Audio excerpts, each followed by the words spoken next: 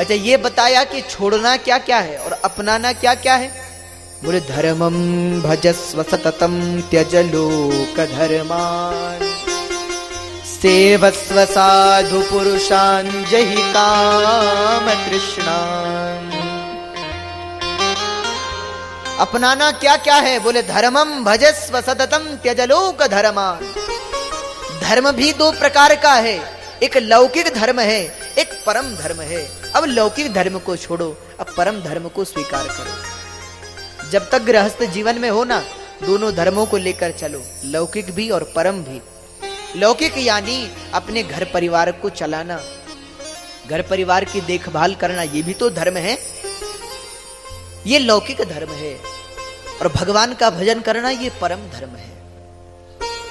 अभी हम लोग गृहस्थ धर्म में हैं, गृहस्थी है ना भाई। अगर घर में सब लोग बीमार हैं और घर वाले कोई आप लोग माला लेकर बैठ जाओ, भगवान का भजन करो, भाई उस समय तो माला नीचे रखो, उनकी देखभाल करो, उन्हें भोजन दो, उनकी सेवा करो, और सब कुछ ठीक है और तब भी संसार में लगे रहो। नहीं, तब संसार को कुछ समय के लिए छोड़ो और कुछ देर के लिए परम धर्म को स्वीकार करो, फिर भगवत भजन में बैठो।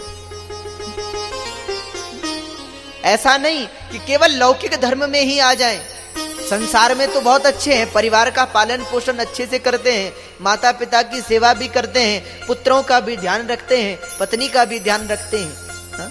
अपने लौकिक व्यवहार को भी बनाए रखते हैं, सगे संबंधियों से भी प्रेम रखते हैं, परंतु भगवान का भजन नहीं करते तो भी बेकार है, सब व्यर्थ है।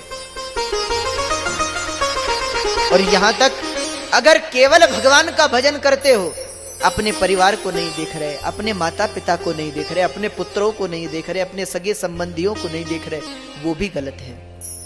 इस समय गृहस्थ धर्म में हो तो दोनों धर्मों को लेकर चलना है। और जब अवस्था हो जाए 51, तब आ जाता है जोर से बोलो 51। अब जीवन को वन बना लो। अच्छा, वन किसे कहते हैं? वन में वृक्ष होते हैं ना, पेड़ होते हैं, वो सूर्य की ऊर्जा, सूर्य की गर्मी स्वयं सहते हैं और जो उसकी छाया में बैठे उसे ठंडी हवा देते हैं। तब अपना जीवन कैसे बना लो, उसके लिए शास्त्र कहता है, नीति कहती है, बोले पिबंति नद्या स्वयमेव नाम्भ। तब अपने जीवन को नदियों की तरह बना लो, जो स्वयं अपना जल नहीं पीती, दूसरे की प्यास बुझाती है। स्वयं न खादंति फलानि वृक्ष, उन वृक्षों की तरह बना दो जो अपने फल का भक्षण स्वयं नहीं करते, लोगों का पेट भरते हैं। अंभोधरो वर्षते नात्म हेतु परोपकाराय सताम विभूतया।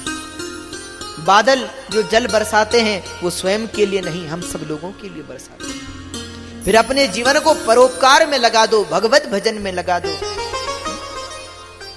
फिर संसार की ममता को, संसार की आसक्ति को छोड़ते चले जाओ, फिर तो भगवत भजन में लग जाओ। गोकर्ण जी कहते हैं, पिताजी अब आपकी अवस्था हो गई है, अब तो धर्मम भजस्व सततम त्यजलोक धर्मान, अब लोक धर्म को त्यजलोक धर्मान छोड़ो। धर्मम भजस्व सततम त्यजलोक धर्मान, लोक धर्म को त्याग कर परम धर्म को स्वीकार करो।